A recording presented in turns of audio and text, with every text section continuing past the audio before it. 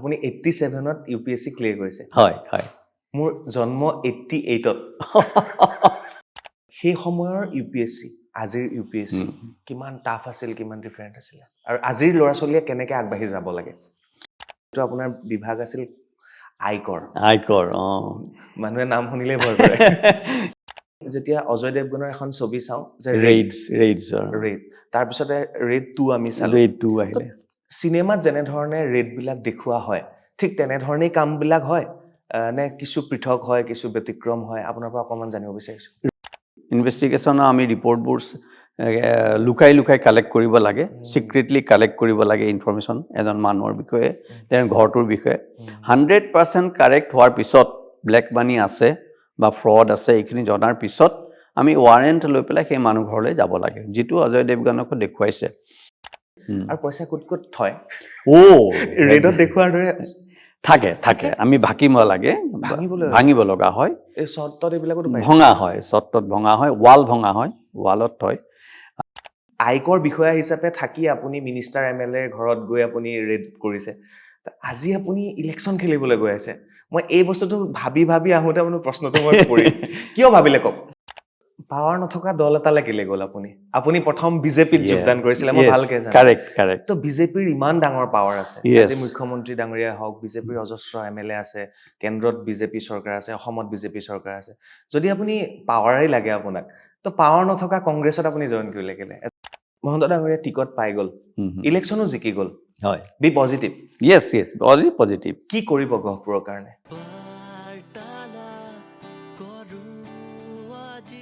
নমস্কাৰ মই চক্ৰপাণি পৰাশৰ চাবলৈ আৰম্ভ কৰিছে বাৰ্তালাপ মই ক'ত আছো বুলি ক'লে আপোনালোকক অকনমান মই বুজাই দিব বিচাৰিছো মই গহপুৰত আছো আৰু গহপুৰৰ এখন বাগানৰ মাজত আছো আৰু এটা বহুত ডাঙৰ অট্টালিকা আৰু সেই অট্টালিকাটোৰ ভিতৰত আছে এগৰাকী বিশেষ ব্যক্তি আৰু তেখেতৰ নামটো শুনিলে আপোনালোকে গম পাব যে তেখেতে কিবা নহয় কিবা এটা বিশেষ ব্যক্তিত্ব সম্পন্ন এগৰাকী ব্যক্তি আৰু তেখেতৰ নাম হৈছে হেমন্ত বিজয় মহন্ত যাৰ নামত ব্যক্তিত্ব সোমাই আছে আৰু মই এনেকৈ ক'ব লাগিব তেখেত গহপুৰৰ এগৰাকী সুসন্তান তেখেতে এগৰাকী অৱসৰপ্ৰাপ্ত আয়কৰ আয়ুক্ত আৰু বৰ্তমান তেখেত হৈছে এগৰাকী কংগ্ৰেছৰ কৰ্মী মই তেখেতক চিনাকি কৰি দিছো নামটোতে গম পাব তেখেত কোন হয় হেমন্ত বিজয় মহন্ত ডাঙৰীয়া নমস্কাৰ আপোনালোক সকলোকে নমস্কাৰ আৰু আপোনাকো নমস্কাৰ আপোনাৰ টিমৰ সকলোকে নমস্কাৰ জনাইছো আপোনালোকে আহি আমাৰ এই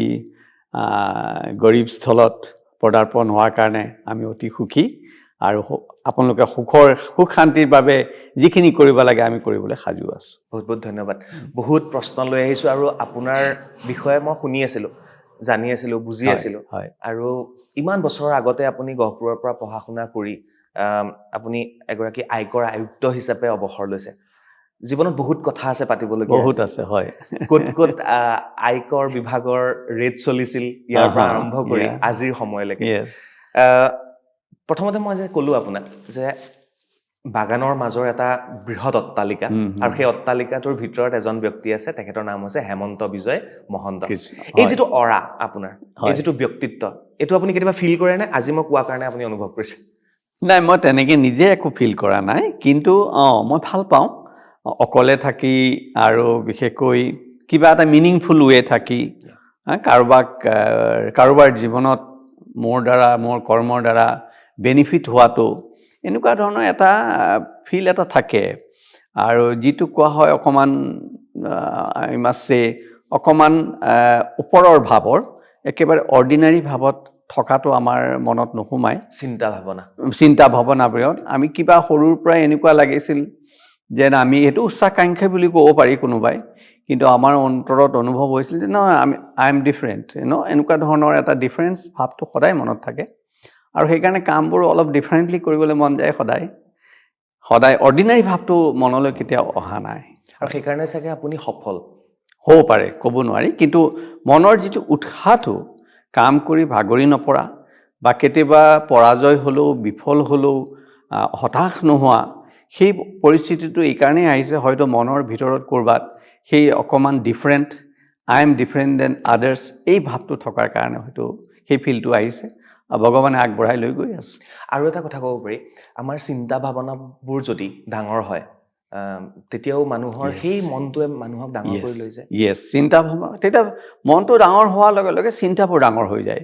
সৰু সুৰা কথাত বেছি আঘাত নালাগে, সৰু সুৰা কথা পাবলৈ মনো নাযায়।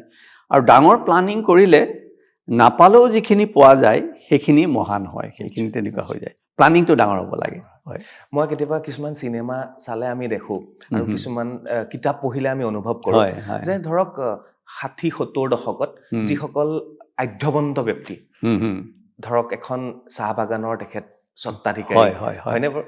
গাঁৱৰ মৌজাদাৰ, হয়নে বাৰু? সেই যিটো অনুভৱ, গাঁওখনৰ তেওঁৰ প্ৰতি যিটো ৰেচপেক্ট, তেওঁৰ যিখিনি চিন্তা ভাৱনা, ক'ৰবাত সেই বস্তুটো মই আপোনাক দেখা পাইছোঁ। আপোনাৰ ধৰক সেই বস্তুখিনি, আপোনাৰ নামটোৱে তাত কিবা এটা ভেৰি ইণ্টাৰেষ্টিং, আপুনি বৰ ভালকৈ ধৰিছে। কাৰণ মোৰ দেউতা মা দুইজনেই স্কুলৰ শিক্ষক আছিলে, গতিকে ঘৰত এটা সম্পূৰ্ণ শুদ্ধ সাত্ত্বিক পৰিৱেশ আমি পাইছিলোঁ। শিক্ষাৰ বাবে অতি উপযুক্ত, যথেষ্ট ডিচিপ্লিন আছিল।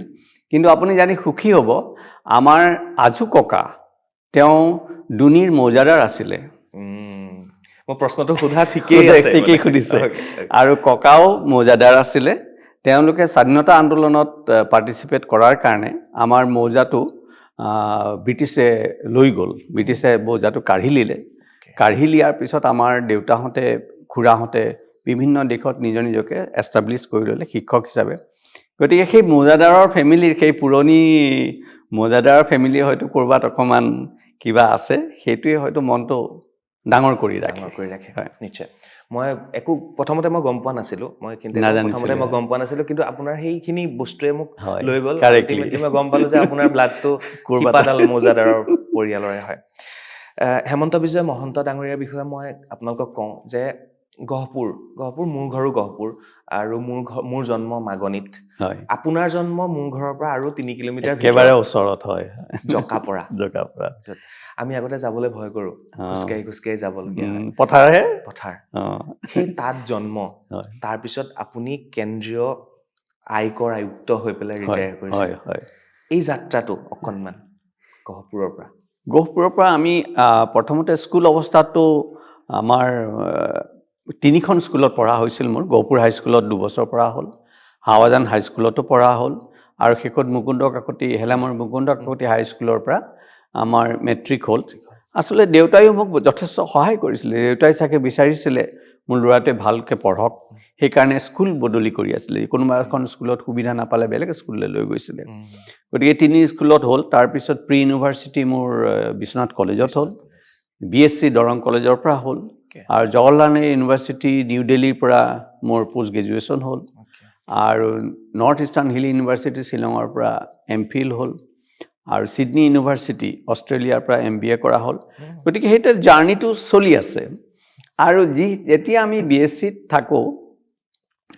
থাকোঁতেই মনলৈ JNUলৈ যোৱা কথা আছিলে। তেতিয়া তাৰ আগতে মই জীৱনত কেতিয়াও অসমৰ বাহিৰলৈ গৈয়ে পোৱা নাছিলোঁ। ট্ৰেইনতনো কেনেকৈ উঠে সেইটোও নাজানিছিলোঁ। কিন্তু JNUৰ কথা শুনিলোঁ আৰু তাত পঢ়িবলৈ মন গ'ল। সেই মনটো মই আগতেও কৈছোঁ যে মনটো আছে, মনটোৰ পিছত কাম কৰিলে ভগৱানে ক'ৰবাত নহয় ক'ৰবাত সহায় কৰি দিয়ে। এইটো গোটেই জীৱনত দেখিছোঁ মই, আমি যেতিয়া কিবা এটা কৰিবলৈ মন কৰোঁ সৎ মনেৰে, ভগৱানে সহায় কৰি দিয়ে। একদম অসম্ভৱবোৰ কিবা সম্ভৱ হৈ যায়। পইচা পাতি নাছিলে JNUত পঢ়োঁতে, তাত গৈ পাইছোঁ পইচা নাই। দেউতাইনো কেইটকা পঠিয়াব, স্কুলৰ টিচাৰ মানি অৰ্ডাৰ কৰি পইচা পঠিয়ায়। কিন্তু তাত গৈ মই স্কলাৰশ্বিপটো পাই গ'লোঁ। সেইটো আশা কৰা নাছিলোঁ মই। স্কলাৰশ্বিপ পোৱাৰ কাৰণে মোৰ টিউশ্যন ফিজ, থকা খোৱা গোটেইখিনি ফ্ৰী হৈ গ'ল। গতিকে ভগৱানে ক'ৰবাত নহয় ক'ৰবাত হাতত ধৰি লৈ যায়, সেই মনটো থাকিলে। আৰু তেনেকৈ আগবঢ়া হ'ল। এটা হয়তো কিবা এটা কৰাৰ, যেনেকৈ আগতে মই কৈছোঁৱেই যে ভিতৰৰ পৰা যিটো এটা আই এম ডিফাৰেণ্ট ভাৱটো যে আছিলে, কিবা এটা কৰাৰ উৎসাহ আছিলে, সেই উৎসাহটোৱে হয়তো টানি টুনি ঠায়ে লৈ গ'ল। আৰু সেইটোৱেই লক্ষ্য ফিক্স আছিলে। লক্ষ্য ফিক্স মানে ইউনিভাৰ্চিটিটো ফিক্স আছিলে JNUৰ কথা। আৰু JNUত গৈ পেলাই মই চিভিল ছাৰ্ভিচৰ পৰিৱেশটো দেখিলোঁ, কেনেকৈ UPSC দিয়ে, চিভিল ছাৰ্ভিচ দিয়ে। গতিকে তাৰপিছত যেতিয়া UPSC কথাটো আহি পৰিলে, আগতে মই UPSC কথাটো ইমান ভবা নাছিলোঁ। BScত শুনিছিলোঁ কিন্তু সাহস কৰা নাছিলোঁ। JNUত গৈ সাহসটো আহিলে। আৰু জে এন ইউত গৈ সাহসটো অহাৰ পিছত কিন্তু UPSCটো মোৰ মনত ফিক্স হৈ গ'ল, সেইটো কৰিবই লাগিব। তেনেকৈ দি পেলাই পঢ়া শুনা কৰি আগবাঢ়ি যোৱা হ'ল। ভগৱানে সকলো সুন্দৰকৈ দি দিছে, একো দিগদাৰী নহ'ল। কোন চনৰ কথা কৈ আছিলে এইখিনি আপুনি? এয়া মই 83ত আমি JNUৰ পৰা ওলাইছোঁ। চ' 83ৰ পৰা 87লৈ মোৰ 86লৈ চিভিল ছাৰ্ভিচৰ প্ৰিপেৰেশ্যন হৈছে 3 বছৰ। হৈ পেলাই মই 87 বেটছত চিভিল ছাৰ্ভিচ পালোঁ। গতিকে সেই 3 বছৰ সম্পূৰ্ণ 17 আৱাৰ্ছ এভৰি ডে ষ্টাডি কৰি পোৱা হ'ল সেইটো চিভিল ছাৰ্ভিচ। মই ইয়াৰ ওপৰত আৰু পাতিম, কিন্তু আগতে মই আপোনাক এটা কথা কৈ থৈ দিওঁ। হয় আপুনি 87ত UPSC ক্লিয়াৰ কৰিছে। হয় হয়। মোৰ জন্ম 88ত।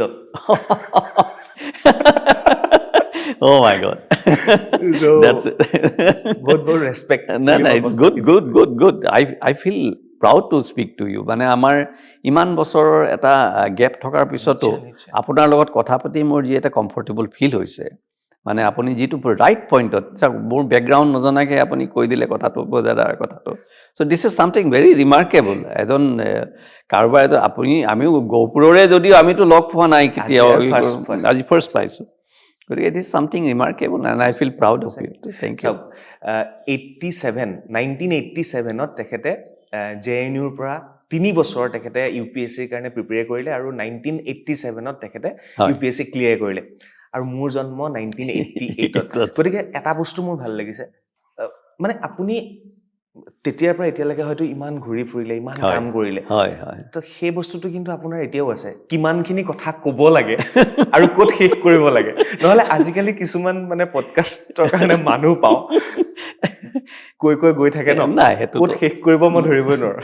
আচলতে কমিউনিকেশ্যনৰ ছিষ্টেমটোৱে সেইটো যে আমি কিমান ক'বলৈ ভাল পাওঁ সেইটো ইম্পৰ্টেণ্ট নহয়, আনজন মানুহে কিমানখিনি শুনিব পাৰে, কিমানখিনি তেখেতক লাগে, সেইটোৱে আৰু চিষ্টেম ভগৱানে শিকাইছে আৰু সেইখিনি। বেলেগ এটা প্ৰশ্ন লৈ যাওঁ। প্লিজ। UPSC, মই UPSC পাছ কৰা কেইবাজনৰ লগতো, এই নতুন প্ৰজন্মৰ বহুতৰ লগত মই পডকাষ্ট কৰিছোঁ। শেহতীয়াকৈ ময়ূখ হাজৰিকাৰ লগত কৰিলোঁ।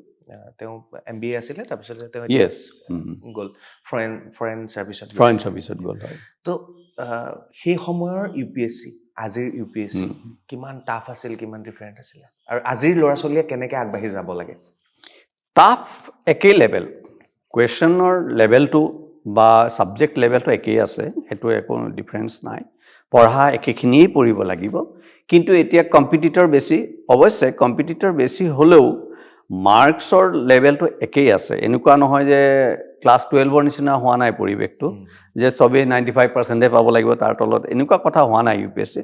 UPSCৰ চিলেকশ্যন প্ৰচিডিঅ'ৰটো একদম চাইণ্টিফিক। সি এপ্টিটিউড বেচিছত মানুহখিনি উলিয়াই আনে। ধৰি লওক আমাৰ যদি প্ৰথম 300জনে যদি আমাৰ চিভিল ছাৰ্ভিচ পালে, ইণ্ডিয়ান এডমিনিষ্ট্ৰেটিভ ছাৰ্ভিচ পাইছে, ডেট ডাজন্ট মিন যে 301জন ৱৰ্থ নহয়, এনেকুৱা নহয়। সেই অকণ মাৰ্কছত, 1 নম্বৰৰ মাৰ্কছত 20-30 পিপল সোমাই যায়, আৰু একো ডিফাৰেঞ্চ নাই। কিন্তু আজিৰ যুগত বস্তুবিলাক অলপ ৰেডিমেড হ'ল। চব question paper, coaching class, model answers, everything is ready. আমাৰ সময়ত তেনেকৈ পোৱা নাছিলোঁ। আমি কেইখনমান টেক্সট বুক পঢ়িব লগা হয়, 2-এখন গাইড বুক পাইছিলোঁ। তাৰপিছত নিজে ষ্টাডি কৰি বস্তুটো ডেভেলপ কৰি আমি পৰীক্ষা দিব লগা হৈছিল। গতিকে আমাৰ ষ্টাডিৰ পিৰিয়ডটো বেছি আছিলে। এতিয়া কম, এতিয়া কমত হয়। মোৰ আপুনি এইখিনি কৈ থাকোঁতে মোৰ 12 ফেইল যিখন চিনেমা তালৈ মনত পৰিছে। আপুনি একেবাৰতে পাছ কৰিছিলে UPSC? ফাৰ্ষ্টত মই পালোঁ, কিন্তু মই তেতিয়া গ্ৰুপ বি পালোঁ। গতিকে মই তেতিয়া আকৌ ছেকেণ্ড টাৰ্ম দিলোঁ। ছেকেণ্ড টাৰ্মত মোৰ এইটো পোৱা গ'ল। হয়। মানুহে জীৱনত ছেকেণ্ড থাৰ্ড কৰি যাব লাগে, কৰিব লাগে। 3বাৰটো দিয়েই। আজিকালি কিজানি বেছিও হৈছে, 4বাৰ, 5 টাইম হৈছে। আগতে 3বাৰ আছিলে জেনেৰেল ষ্টুডেণ্টছৰ কাৰণে, আমাৰ কাৰণে 3বাৰ আছিলে। হেমন্ত বিজয় মহন্ত ডাঙৰীয়াৰ লগত সঁচাকৈ কথা পাতি ভাল লাগিছে, আৰু এইখিনি বাৰ্তালাপে আপোনালোকক উপকৃত কৰিব বুলি আশা কৰিছোঁ। শেষলৈকে চাব। মহন্ত ডাঙৰীয়া, হয়, ছাৰ্ভিচ কৰিলে, ছাৰ্ভিচ আৰম্ভ হ'ল, ক'ৰ পৰা ছাৰ্ভিচ আৰম্ভ হৈছিলে? আৰু যিহেতু আপোনাৰ বিভাগ আছিল আয়কৰ, মানুহে নাম শুনিলেই ভয় কৰে। নাই, আমি প্ৰথমতে মছুৰীৰ লাল বাহাদুৰ শাস্ত্ৰী নেশ্যনেল একাডেমিক এডমিনিষ্ট্ৰেশ্যনত আমাৰ এটা ফাউণ্ডেশ্যন কৰ্চ হ'ল। তাৰপিছত আহি নাগপুৰত আমাৰ ডাইৰেক্ট টেক্সৰ যিখিনি আছে, আমাৰ প্ৰকৃতিটো সকলোতো বেকগ্ৰাউণ্ডৰ নহয়, গতিকে আমাক এণ্ড কমাৰ্চ আমি বুক কিপিং শিকিব লাগে, একাউণ্টেঞ্চি শিকিব লাগে, ডেবিট ক্ৰেডিট চব শিকিব লাগে। তাৰপিছত 17 ল আমি শিকিব লাগে, কণ্ট্ৰাক্ট ল, CRPC, IPC গোটেইখিনি শিকিব লাগে। সেইখিনি ট্ৰেইনিং আমাক নাগপুৰত দিলে। দিয়াৰ পিছত মোৰ ফাৰ্ষ্ট পষ্টিং হ'ল চেন্নাইত। চেন্নাইত পষ্টিং হ'ল, তাত 4 বছৰমান কৰিলোঁ চাকৰি। তাৰপিছত শ্বিলঙলৈ এবছৰমান থাকি আকৌ মই ছিডনী ইউনিভাৰ্চিটিলৈ গ'লোঁ। তাৰ পৰা আহি মই দিল্লীত পষ্টিং। তো মেজৰিটি মোৰ যিখিনি ছাৰ্ভিচ পিৰিয়ড দিল্লীতে গ'ল, আৰু দিল্লীতে কৰা হ'ল। দিল্লীত মাজতে মই 3জনমান মিনিষ্টাৰৰ লগত প্ৰাইভেট ছেক্ৰেটাৰী হৈ কৰাৰ সুবিধাও পালোঁ। গতিকে পলিটিকেল যিটো ছাইডটো মোৰ এক্সপ'জ হৈ গ'ল। সেইটো সময়ত আমাৰ স্বৰ্গীয় BK হেণ্ডিক, বিজয় কৃষ্ণ হেণ্ডিকদেৱৰ লগতো মই প্ৰাইভেট ছেক্ৰেটাৰী আছিলোঁ। আৰু সেই সময়ত ministry of defence, ministry of chemical and petrochemicals, ministry of mines, ministry of steel, এইখিনিত মই এক্সপ'জ হৈ গ'লোঁ, দেখা পালোঁ কেনেকৈ কাম হয়, বাজেট কেনেকৈ বনে, পাৰ্লিয়ামেণ্টত কেনেকৈ ডিবেট, এইখিনি বস্তু। গতিকে it was very good experience. তাৰপিছত দিল্লীৰ পিছত আহি লাষ্ট মই ডিব্ৰুগড়ৰ পৰা ৰিটায়াৰমেণ্ট কৰিলোঁ। হয়, মহন্ত ডাঙৰীয়া, আমি যে ভাবোঁ, ধৰক মোৰ চিন্তাধাৰা, মোৰ হয়তো সিমানখিনি মোৰ পৰিসৰ মই ভবাৰ। আমি যেতিয়া অজয় দেৱগনৰ এখন ছবি চাওঁ যে ৰেইড, তাৰপিছতে ৰেইড 2 আমি চালোঁ। ৰেইড 2 আহিলে। চিনেমাত যেনেধৰণে ৰেইডবিলাক দেখুওৱা হয়, ঠিক তেনেধৰণেই কামবিলাক হয় নে কিছু পৃথক হয়, কিছু ব্যতিক্ৰম হয়? আপোনাৰ পৰা অকণমান জানিব বিচাৰিছোঁ। ৰেইড 1খনত বহুত নেচাৰেল আছিলে। ৰেইড জেনেৰেলি আমি ডিপাৰ্টমেণ্টত যেনেকৈ কণ্ডাক্ট কৰা হয়, ৰেইড 1খন বহুত ক্ল'জ আছিলে। ৰেইড 2খন অকণমান ড্ৰেমেটিক হ'ল, কিছু আঁতৰি আহিলে। কিন্তু ৰেইড 1খনত প্ৰচেছটো সেই ইনভেষ্টিগেশ্যনৰ আমি ৰিপৰ্টবোৰ লুকাই লুকাই কালেক্ট কৰিব লাগে, ছিক্ৰেটলি কালেক্ট কৰিব লাগে ইনফৰমেশ্যন এজন মানুহৰ বিষয়ে, তেওঁৰ ঘৰটোৰ বিষয়ে। 100% কাৰেক্ট হোৱাৰ পিছত, ব্লেক মানি আছে বা ফ্ৰড আছে এইখিনি জনাৰ পিছত আমি ৱাৰেণ্ট লৈ পেলাই সেই মানুহ ঘৰলৈ যাব লাগে, যিটো অজয় দেৱগানকো দেখুৱাইছে। গতিকে ৰেইড 1খন চালে আমি জানিম ৰেইডটো কেনেকৈ হয়। আৰু সেই যিবোৰ তাত বিপদ দেখুৱাইছে, যে লোকেল মানুহ আহি এটাক কৰিলে ঘৰখনক, এইখিনি সদায় হয়। আমাৰ কেইবাজন ডিপাৰ্টমেণ্টৰ মানুহ তেনেকৈ মাৰধৰ কৰিছে, ৰাইজে মাৰধৰ কৰে, খেদি আহে। বিশেষকৈ যদি ডাঙৰ ডাঙৰ তেনেকুৱা পইচা থকা ৰং পলিটিচিয়ান বা তেনেকুৱা ধৰণৰ বেয়া কাম কৰা মানুহৰ মাজত যোৱা হয়, তেতিয়া ৰিস্কটো সাংঘাতিক থাকে। কিন্তু এতিয়া বিগ প্ৰচেছ, লুকাই লুকাই ইনভেষ্টিগেশ্যনৰ ইনফৰমেশ্যন কালেক্ট কৰাটোৱে বহুত ডাঙৰ এটা ইণ্টাৰেষ্টিং প্ৰচেছ। এক্সিকিউশ্যনটো সৰু, কিন্তু প্ৰথমতে ইনফৰমেশ্যনখিনি কালেক্ট কৰি চ'ৰ্চটো কালেক্ট কৰি ল'ব লগা হয়। আৰু সেইটো বৰ ইণ্টাৰেষ্টিং হয়, ভাল হয়। আৰু মই এইখিনিতে কওঁ আপোনালোকক, হেমন্ত বিজয় মহন্ত ডাঙৰীয়াই যেতিয়া তেখেতে আয়কৰ আয়ুক্ত হিচাপে কৰ্মৰত হৈ আছিল, ভাৰতবৰ্ষত বহুত ডাঙৰ ডাঙৰ মানুহৰ, মই এতিয়া নাম নল'ম, মই যদি কওঁ বহুত ডাঙৰ ডাঙৰ ব্যক্তিৰ ঘৰত তেখেতে ৰেইড কৰিছে আৰু ইনভেষ্টিগেশ্যন কৰিছে, তেনেকৈ চ'ৰ্চ সংগ্ৰহ কৰিছে। নাম নোলোৱাকৈ কেনেকৈ মই বৰ্ণনা কৰিব পাৰোঁ বা মই জানিব মন গৈছে। It's very interesting. Technology use কৰা হয় বহুত ডাঙৰ ডাঙৰ। আমি IPLৰ কেছ কৰিছিলোঁ, প্ৰথম আমিয়ে কৰিলোঁ IPLৰ কেছ দিল্লীৰ পৰা। IPLৰ এজনৰ কেছ কৰা হৈছিল, আৰু তাৰপিছত তেখেতৰ বিষয়ে বিভিন্ন অনুষ্ঠানে তেখেতৰ বেংক ফ্ৰডৰ কথা ওলাইছে। আকৌ আমি তেনেকৈ বাহিৰতো গৈ, লণ্ডনতো গৈ আমি কিছুমান অনুসন্ধান কৰিব লগা হ'ল। লণ্ডন বুলি ক'লে তেতিয়াহ'লে আমি ধৰিব লাগিব মালিয়াৰ ফালে যাব লাগিব নেকি?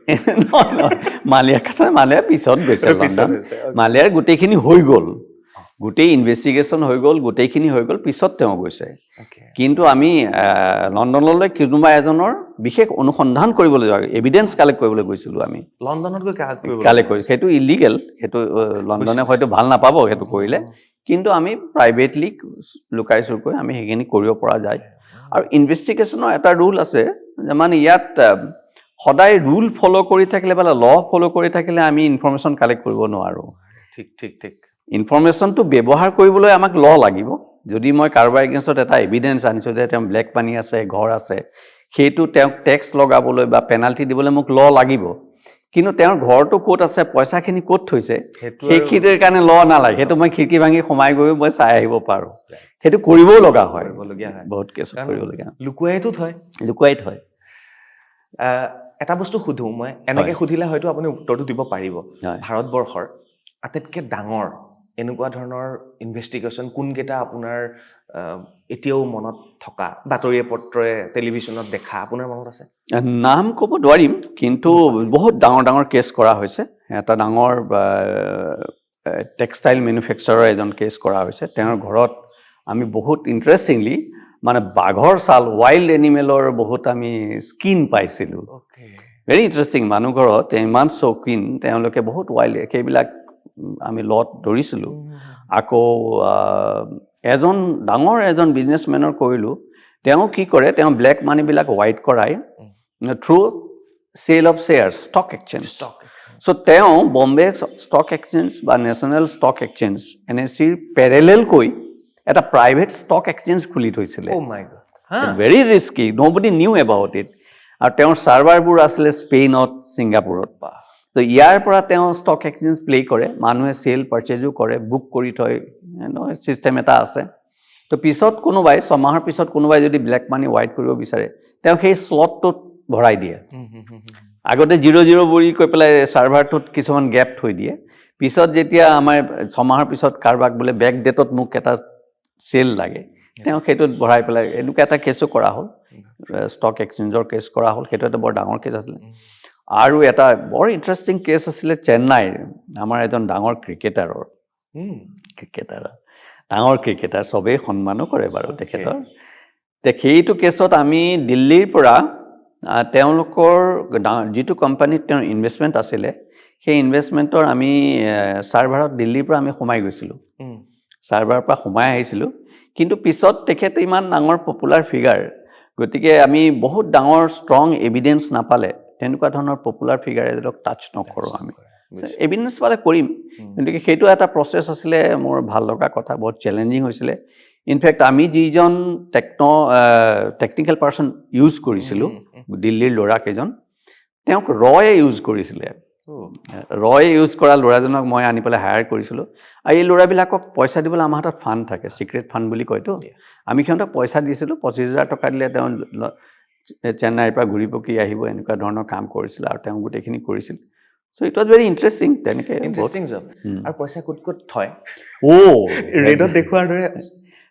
থাকে আমি ভাঙিব লাগে ভাঙিব লগা হয় এই চৰ্তত এইবিলাকতো ভঙা হয় চৰ্তত ভঙা হয় ৱাল ভঙা হয় ৱালত থয় সেই সময়ত যথেষ্ট আছিল কোনোবাই বস্তাত থয় কোনোবাই ভৰাই পেলাই পিছফালে বাথৰুমৰ পিছফালে থৈ দিয়ে আৰু চবতকৈ বেয়া লাগে যেতিয়া তেওঁলোকে ভগৱানৰ থাপনা এখন পাতি পেলাই পিছফালে থয় এতিয়া মোৰ মনত লাগে সন্দেহ এতিয়া মই থাপনাখন চুম নে ভাঙিম নে ৱালখনতো ভাঙিব পাৰি এই থপনাখন চুই পেলাই ভাঙিবলৈতো বৰ মনত সাহ লাগিবতো অজয় দেৱগনলৈ মনত পৰিছে আপোনাক কিন্তু উপায় নাই অজয় দেৱগন হ'ল এজন টেলিভিশ্যন হিৰো আপুনি ৰিয়েল হিৰো নাজানো কিন্তু বাট ইটছ ইণ্টাৰেষ্টিং আৰু কামটো কৰি গ'লে ইউ ফিল নহয় আমি 36 আৱাৰ্ছ আমি নুশুওঁ উই ডণ্ট শ্লিপ কণ্টিনিউৱাছলি হোৱাৰ সময় নাথাকে বাকীবিলাক যেনেকৈ অজয় দেৱগনে চবকে শুবলৈ দি পেলাই নিজে কাম কৰি থাকে এনেকুৱাই হয় লিডাৰজনে শুবলৈ চান্স নাপায় সিহঁতক খুৱাই থ'ব লাগিব খুৱাব লাগিব নিজে কাম কৰি থাকিব লাগিব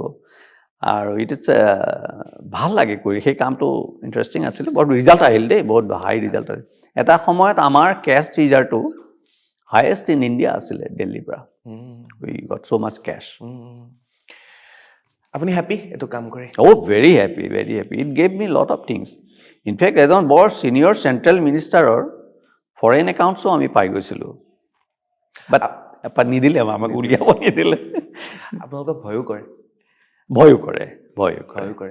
আমাক লগ পাবলৈ মানুহে ভয় কৰে এতিয়া ইণ্টাৰেষ্টিং প্ৰশ্ন এটা সুধিব মন গৈছে হয় কওক যিসকলে কৰ ফাঁকি দিয়ে আৰু যিসকলে কৰ দিয়ে আমিতো কৰ দিয়ে আছো আমিও দিওঁ আৰু চেলাৰী চবেই দিয়ে তো যিসকলে কৰ ফাঁকি দিয়ে তেওঁলোকক কি ক'ব আপুনি কৰ ফাঁকি দি একো লাভ নাই একদম প্লেইনলি ইনফেক্ট এইটো আপোনাৰ আগতে নহয় মই যেতিয়া মানুহৰ ঘৰত ৰেডত যাওঁ সেই মানুহ ঘৰক মই কৈ আহোঁ এই কথাটো যে আপোনালোকে যে ইমান দিনে কৰ ফাঁকি দিলে কি পালে জীৱনত কোনো শান্তি নাই পইচাখিনি লুকুৱাই থ'ব লাগে লুকুৱাই থোৱাতে কোনোবা চোৰে চুৰ কৰিব কোনোবাই খাব আপুনিনো কিমান গতিকে কৰ দি আপুনি কাম কৰক আপোনাৰ গ্ৰ'থটো কম হ'ব বাট ডেট ইজ ষ্টেবল আপুনি কৰ নিদিয়াকৈ যদি বিজনেছ কৰোঁ আমি গ্ৰ'থ কৰোঁ ডাঙৰ বিল্ডিং বনালোঁ গাড়ী সেইটো ষ্টেবল নহয় আফটাৰ চাম টাইম ইট গ'জ আমিতো দেখিছোঁ বহুত কেছ দেখিছোঁ মানুহ জিৰ' হৈ যায় কিন্তু যিবিলাকে সঁচাকৈ কৰ দি ধুনীয়াকৈ কৰে কাকো ভয় নকৰে বুকু পিন্ধাই ফুৰিব লাগে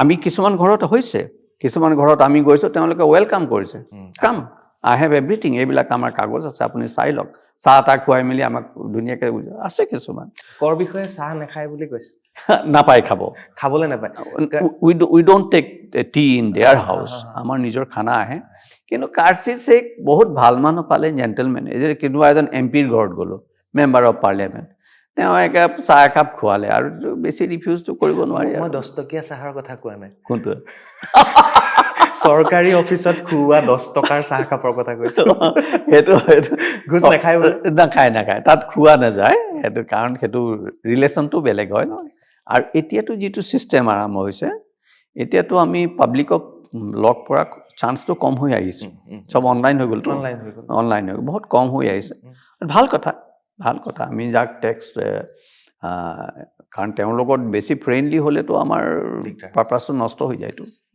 ধন্যবাদ এইখিনি আপোনাৰ ছাৰ্ভিচৰ কথা আমি পাতিলোঁ থেংক ইউ এতিয়া আহিলোঁ আমি আপোনাৰ এটা বিশেষ কথালৈ হয় যিটো হৈছে আপুনি ইমান বছৰে এই আয়কৰ বিভাগত থাকি চৰকাৰী বিষয়া হৈ থাকি আপুনি নিৰ্বাচন খেলিবলৈ আগবাঢ়িছে তাতে আপুনি কংগ্ৰেছৰ পৰা গহপুৰ সমষ্টিৰ পৰা কিয় মন মেলিলে মোক এইটো কওকচোন চাকৰি কৰি মানে মন ভৰিলে এতিয়া ৰাজনীতি কৰিম নেকি তাকো একেবাৰে আনচাৰ্টেন চিট মই সেইটো আচৰিত হৈছো আপোনাৰ যেতিয়া জাৰ্নিটো আমি চাওঁ ইমান ডাঙৰ এগৰাকী আপুনি বিষয়া আয়কৰ বিষয়া আপুনি আয়কৰ বিষয়া হিচাপে থাকি আপুনি মিনিষ্টাৰ এমএলএৰ ঘৰত গৈ আপুনি ৰেড কৰিছে আজি আপুনি ইলেকশ্যন খেলিবলৈ গৈ আছে মই এই বস্তুটো ভাবি আহোঁতে মানে প্ৰশ্নটো মই কৰিম কিয় ভাবিলে কওক চাওক 2-3টা কথা আছে প্ৰথম হ'ল ৰাইজৰ বাবে কিবা এটা কৰাৰ বৰ প্ৰবল ইচ্ছা আছিল সৰুৰ পৰাই চাকৰি থাকোঁতেও কৰি থকা হৈছে এনেকুৱা নহয় যে মই চাকৰিতে সোমাই আছোঁ এনেকুৱা নহয়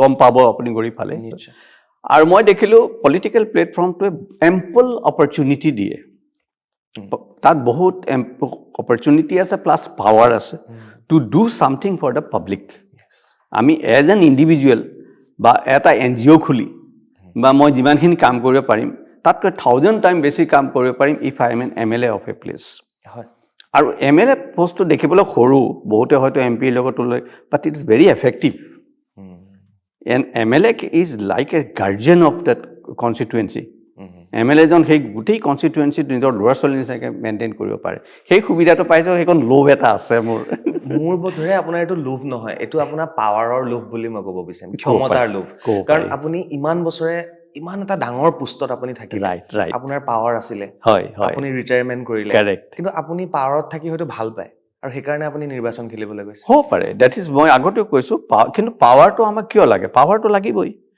পাৱাৰটো নহ'লে আমি কাম কেনেকৈ কৰিম এতিয়া অৰ্জুনৰ হাততো পাৱাৰ আছিলে কৰ্ণৰ হাততো পাৱাৰ আছিলে দুৰ্যোধনৰো পাৱাৰ আছিলে কিন্তু অৰ্জুনে পাৱাৰটো ক'ত ব্যৱহাৰ কৰিলে অধৰ্মক ধ্বংস কৰিবলৈ কৰিলে না পাৱাৰ নাথাকিলেতো অৰ্জুনে একো কৰিব নোৱাৰে যেতিয়া তেওঁ শ্ৰীকৃষ্ণৰ বৈকুণ্ঠ প্ৰয়াণৰ পিছত তেওঁ যেতিয়া ঘূৰি আহিলে হেৰিৰ পৰা দ্বাৰকাৰ পৰা ঘূৰি আহিবৰ সময়ত অৰ্জুনৰ পাৱাৰ নাছিলে শেষ হৈ গ'ল তেওঁৰ গান দিবৰ কোনো মূল্য নাছিলে তেওঁ শ্ৰীকৃষ্ণৰ যিসকল পত্নী আছিলে সেই পত্নীসকলক তেওঁ ৰক্ষা কৰিব নোৱাৰিলে দস্যুৱে লৈ গুচি গ'ল গতিকে পাৱাৰ লাগিবই কাম কৰিবলৈ আৰু হয়তো সেইটো পাৱাৰে যদি MLA দিয়ে I can do lot things power নথকা দল এটালৈ কেলে গ'ল আপুনি প্ৰথম বিজেপিত যোগদান কৰিছিলে মই ভালকে জানো কাৰেক্ট তো বিজেপিৰ ইমান ডাঙৰ পাৱাৰ আছে আজি মুখ্যমন্ত্ৰী ডাঙৰীয়া হওক বিজেপিৰ অজস্ৰ MLA আছে কেন্দ্ৰত বিজেপি চৰকাৰ আছে অসমত বিজেপি চৰকাৰ আছে যদি আপুনি পাৱাৰেই লাগে আপোনাক তো পাৱাৰ নথকা কংগ্ৰেছত আপুনি জইন কৰিলে কেলে এটা বিৰোধী হিচাপে সেইটোৱে কথাটো মেইনটো হ'ল বিজেপিত প্ৰথম মই এট্ৰাক্ট হ'লোঁ সঁচাকৈ ক'বলৈ গ'লে 2014 যেতিয়া নৰেন্দ্ৰ মোদীজী আহিছিলে তেখেতৰ কথা বতৰা শুনি আমি চব আমিও গৈছিলোঁ মই ছাপোৰ্ট কৰিছিলোঁ বহিন্দু কিজানি আমাৰ ভাৰতবৰ্ষ চেঞ্জ হ'ল আৰু এই আহিলে আৰু পৰিৱৰ্তন আহিলে আৰু তেখেতে যিমান ডাঙৰ কথা ক'লে আৰু তেখেতে বিয়া বাৰু নকৰা মানুহ গতিকে আমি অইনে বিশ্বাস কৰোঁতে আমিও বিশ্বাস কৰিলোঁ আৰু সেইটো আদৰ্শত এট্ৰাক্ট হৈ পেলাই আমি বিজেপি জইন কৰিলোঁ বিজেপি ইয়াৰ মানুহে ক'লে সকলো বিজেপি কিন্তু লাহে লাহে মই দেখিলোঁ যে বিজেপিত চান্স নিদিয়ে তেওঁলোকে নিজৰ সেই পুৰণা যিখিনি তেওঁলোকৰ RSS বা বিজেপিৰ মানুহ সেইখিনিৰ মাজতে থাকে নতুন মানুহ সোমালে তেওঁলোকে চান্স নিদিয়ে সেইটো দেখা দেখি কথা 2 নম্বৰ কথা তেওঁলোকৰ থিংকিংবিলাক বহুত বেছি ৰেষ্ট্ৰিক্টেড আমাৰ লগত নিমিলে যিটো আমি সেকুলাৰিজমৰ কথা কওঁ সমতাৰ কথা কওঁ সকলো মানুহ সমান তেওঁলোকৰ চিন্তাধাৰাত সেইবোৰ মই নেদেখিলোঁ আৰু সেইবোৰত আমি খাপ নাখাওঁ আমিতো মহাপুৰুষ শ্ৰীমন্ত শংকৰদেৱ মহাপুৰুষ শংকৰদেৱৰ আমি পথ প্ৰদৰ্শক আমাৰ কাৰণে সকলো সমান জাতি ধৰ্ম বিভিন্ন ধৰণৰ বিভেদ আমি বিচাৰি নাপাওঁ নিৰ্বৈৰ সৰ্বভূতেষু আমি সকলো ভূতক সমানে চাওঁ গতিকে সেই বস্তুটো কংগ্ৰেছৰ এটা প্লেটফৰ্ম পালোঁ আৰু সেকেন্ডলি এজ ইউ নো আমি চ্যালেঞ্জ ভাল পাওঁতো এটা বনাই থোৱা বিজেপি জয়েন কৰাতকৈ 2020ত মই যেতিয়া জয়েন কৰিছিল কংগ্ৰেছ তেতিয়া কংগ্ৰেছত জয়েন কৰাৰ কথা কোনেও নাভাবে পৃথিৱীত একেবাৰে মানে কিন্তু আমি চ্যালেঞ্জ ভাল পাওঁ আৰু আজি সেইটো ফলো পালোঁ উই আৰ কাৰেক্ট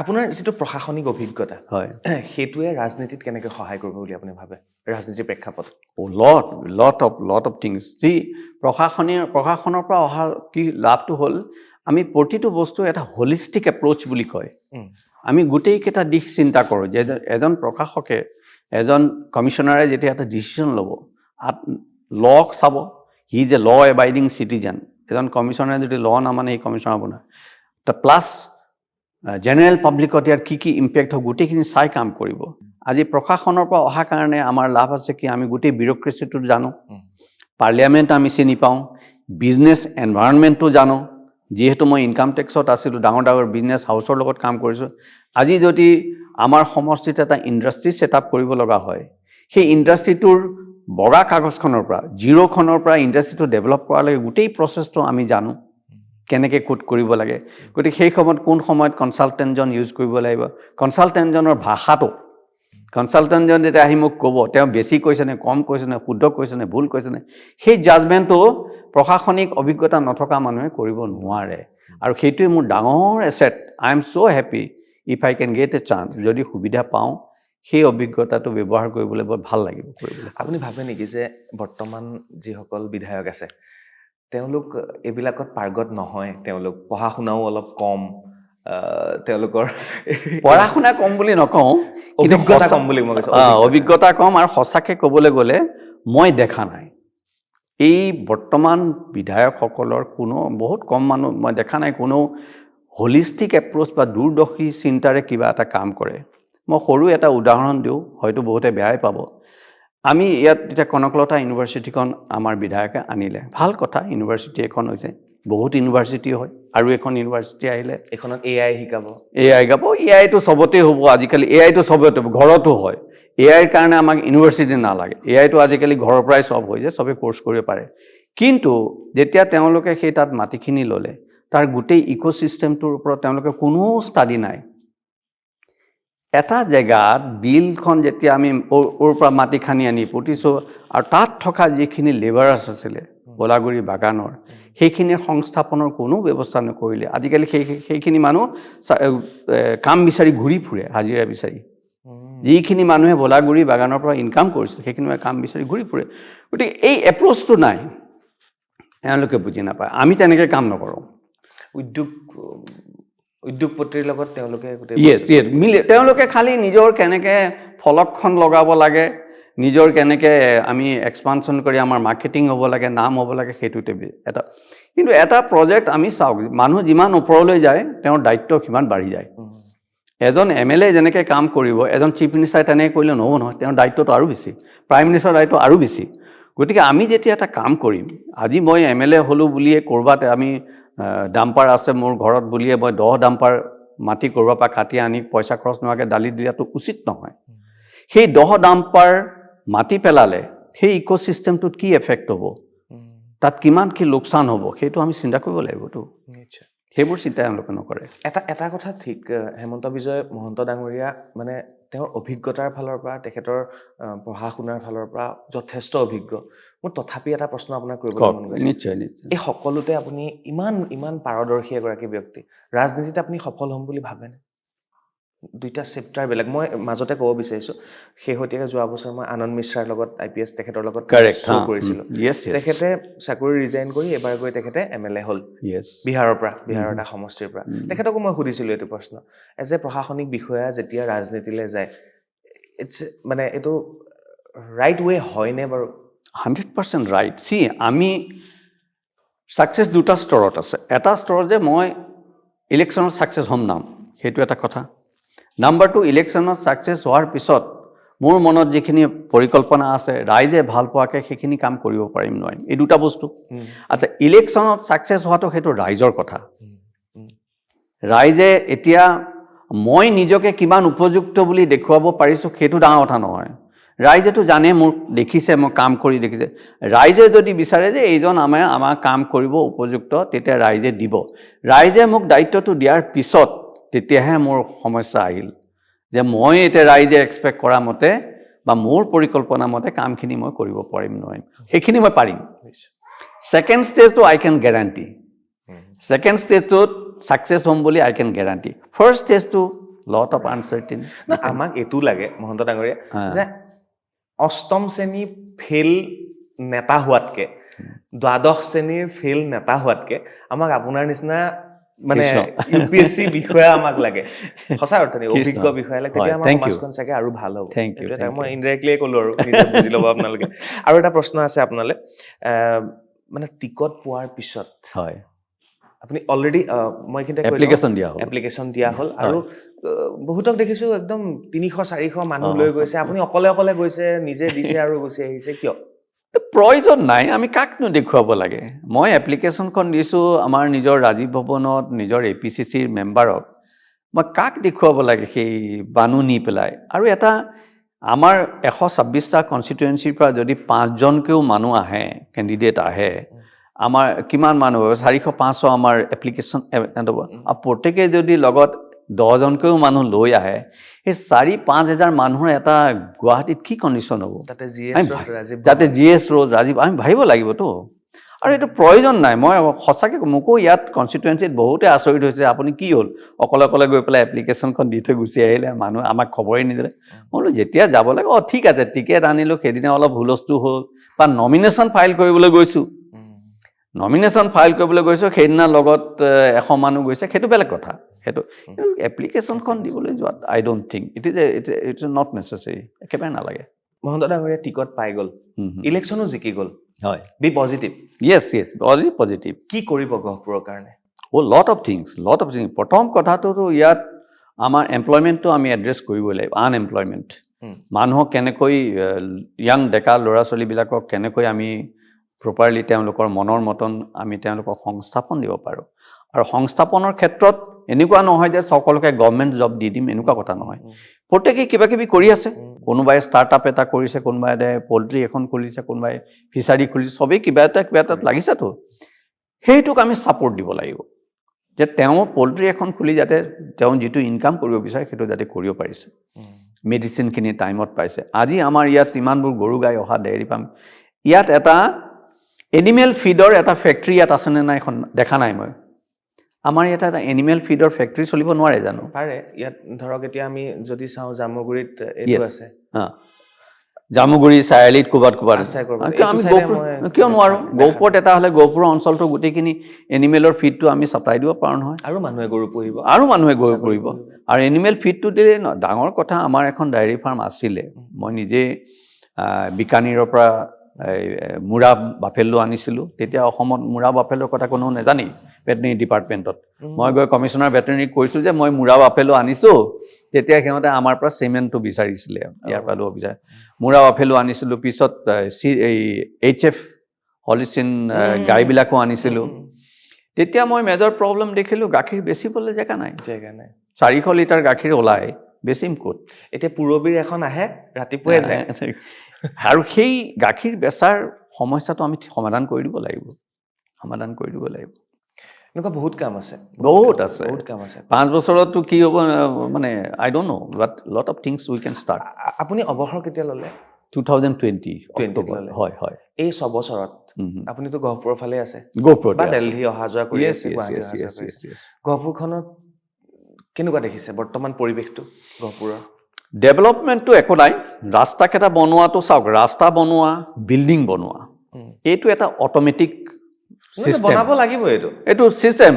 এতিয়া আজি কনকলতা ইউনিভাৰ্চিটিখন তাত আৰম্ভ কৰি দিলে, কাইলৈ যেনিবা কংগ্ৰেছ গভৰ্ণমেণ্ট আহিলে কোনোবাই কেঞ্চেল কৰি দিব নেকি? নকৰে নহয়, সেইখন নহ'বই। গতিকে এই বস্তুবোৰ ৰাস্তা বনোৱা, হস্পিটেল বঢ়োৱা, এই বস্তুবোৰ বহুত আগতে। গতিকে ইনফ্ৰাষ্ট্ৰাকচাৰ ডেভেলপমেণ্টক মই ইমান ডেভেলপমেণ্ট তেখেতৰ কাৰো কণ্ট্ৰিবিউশ্যন নাই। গতিকে মই আৰু বিশেষকৈ ৰাস্তাবোৰ আপুনি কিমান ট্ৰেভেল কৰিছে মই নাজানো, নেশ্যনেল হাইৱেৰ খুব বেছি 2-3 কিলোমিটাৰ মাজলৈকে আমাৰ ৰাস্তাবোৰ আছে। আমি যদি মিচিং এৰিয়াটোত আমি দক্ষিণ ফালে আমি ট্ৰেভেল কৰোঁ গম পাম 2 নম্বৰ 3 নম্বৰ গিয়াৰৰ ওপৰত আমি গাড়ী চলাব নোৱাৰোঁ। উত্তৰ ফালে যদি আমি যাওঁ সোণাপুৰ, আলুপাৰা, দৈমালু, সেই ৰাস্তাটো আমি গাড়ী চলাব নোৱাৰোঁ, 2 নম্বৰ 3 নম্বৰ গিয়াৰত গাড়ী চলাব লগা হয়। গতিকে ক'ত আছে ইনফ্ৰাষ্ট্ৰাকচাৰ? সেইটোও ডেভেলপ হোৱা নাই। মই নাভাবোঁ কিবা বিশেষ ডেভেলপমেণ্ট হৈছে বুলি, বিশেষ ডেভেলপমেণ্ট হৈছে। বহুত কথা শুনি আছোঁ কংগ্ৰেছৰ, যে যিসকল বৰমূৰীয়া আছে তেওঁলোকে বহুত টকাত টিকট বিক্ৰী কৰিছে। আপুনি টকা দি পেলাই টিকট ল'বলগীয়া হৈছে? Sorry, that I'll not do. এই কামটো মই কৈ দিছোঁ দেই, I am very clear on this. যদি পইচা দি মই টিকেট ল'ব লাগে, মোক নালাগে ticket. That means I am not worth it. মোৰ যদি দলে নাভাবে মই উপযুক্ত বুলি, যদি গহপুৰৰ সমষ্টিৰ মানুহে নাভাবে মই উপযুক্ত বুলি, তেতিয়া মই পইচা পাতি দি সেইটো লৈ মই কি কৰিম? যদি মোক 1,75,000 আমাৰ ভোটাৰ আছে, 1,20,000 মান ভোটাৰে আমাক ভোট দিব লাগিব। সেইখিনি মানুহে যদি মোক উপযুক্ত বুলি নাভাবে, বা আমাৰ কংগ্ৰেছ দলৰ APCC, AICCয়ে যদি উপযুক্ত নাভাবে, তেতিয়াহ'লে আই ডোণ্ট নিড দ্য টিকেট। একদম ফ্ৰেংকলি এইটো নহ'ব। আপোনাৰ মাধ্যমে মই এইটো প্ৰকাশ কৰিবলৈ পাই ভালো পাইছোঁ। কোনোবাই যদি ভাবি আছে পাহৰি যাওক আৰু, পইচা দি টিকট নহ'ব, আউট অফ কুৱেশ্যন। নহ'লে আকৌ জিকাৰ পিছত আকৌ খাব লাগিব। সেইটোৱেই, এই চাইকেলটো আৰম্ভ হৈ যায়, চাইকেলটো আৰম্ভ হৈ যায়। মই আজি 5 কোটি আগতে হৈছে দেই গহপুৰত তেনেকুৱা কাণ্ড হৈ গৈছে। মই ইমান পইচা দি পেলাই টিকেট আনিছোঁ, গতিকে এভৰিথিং ইজ মাইন, চবটো টেণ্ডাৰ মোৰেই হ'ব। এনেকৈ নহ'বতো, এনেকৈ সমাজ নচলে নহয়।